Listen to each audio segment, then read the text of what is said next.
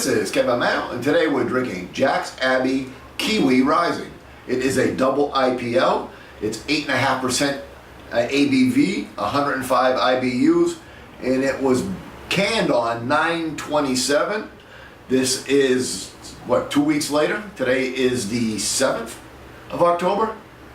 And so it's only like 10 days old, so we know it's nice and fresh. IPL, Jack's Abbey always does lagers. And this is a double IPL, and they don't tell you too much on the website other than the fact that it's intensely hopped and over hopped, and it's with New Zealand hops, which is the Kiwi Rising. And I don't know if the recipe changes from year to year, because I saw somewhere on Rate Beer somewhere that was like Kiwi Rising 2017. I don't think it changes year to year. So this is an unfiltered and unpasteurized beer. Let's go ahead and give it a crack and see what we got. As always, if you like the reviews, please subscribe. We're always looking for new friends. And go ahead and leave comments, because we love talking about beer. I didn't know what to use for a glass. Do I use an IPL glass? I mean an IPA glass? Do I use a lager glass? So I just went with a traditional pint glass, the much maligned pint glass.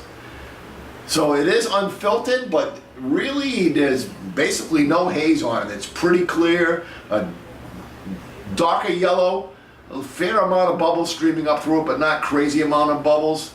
So it's not overly carbonated, or it's probably not forced carbonated is what I'm trying to say. We did have some nice white bright head on it, but it is dissipating rapidly. That's probably from that 8.5% alcohol in it. Let's do the aroma.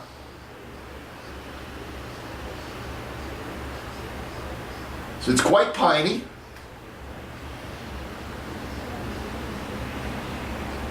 Got a little bit of bready, malty, saltine cracker.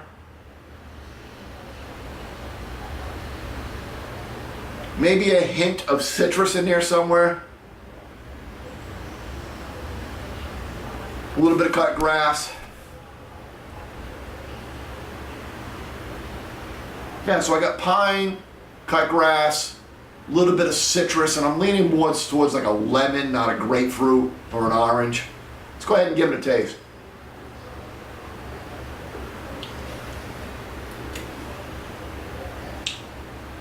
And it quite follows the aroma.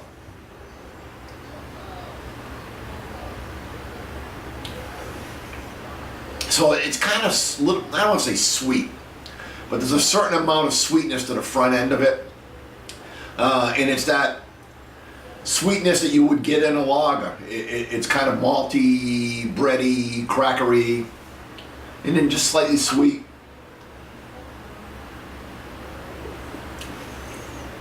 And get a little bit of cut grass in there.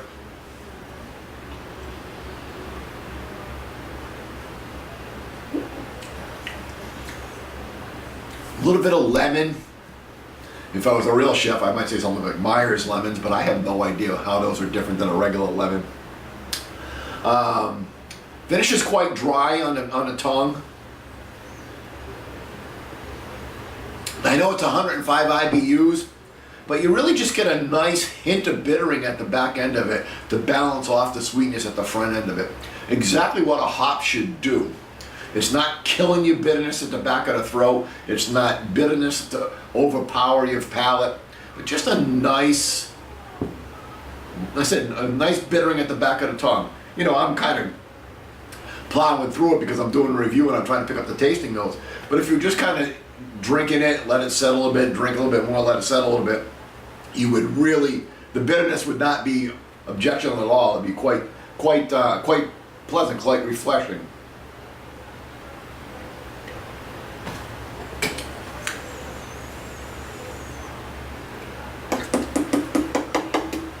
Now, all that being said, the aromas were fairly subdued and the tastes are fairly subdued. There's nothing really upfront about it. So it's kind of like a lager, a little, say a punched up lager, but because it's a little bit more bitter and a little bit fruity, it loses some of its lager characteristics.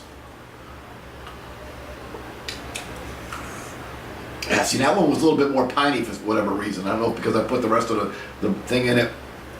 So score-wise, I'm not in love with this beer. I don't hate it, but I'm not in love with it. Like I said, it's kind of subdued, and it's neither fish nor fowl. And I'm finding that more and more with IPLs. It's a style that I'm not really loving when I try it. It's missing what I like about the lagers, but doesn't have enough what I like about the IPAs. So like I said, neither fish nor fowl. I think this is a good iteration of the style, but to me it's just it's kind of a bastardized style. It's not all that exciting. So I'm kind of waffling around because I can't come up with a score in my mind, because I like Jack's Abbey typically. I think they make some really good beers, but this one's just not doing it for me. That being said, it's still a pretty good beer. So 86 out of 100, so just a little bit above a B. Till next time, keep drinking.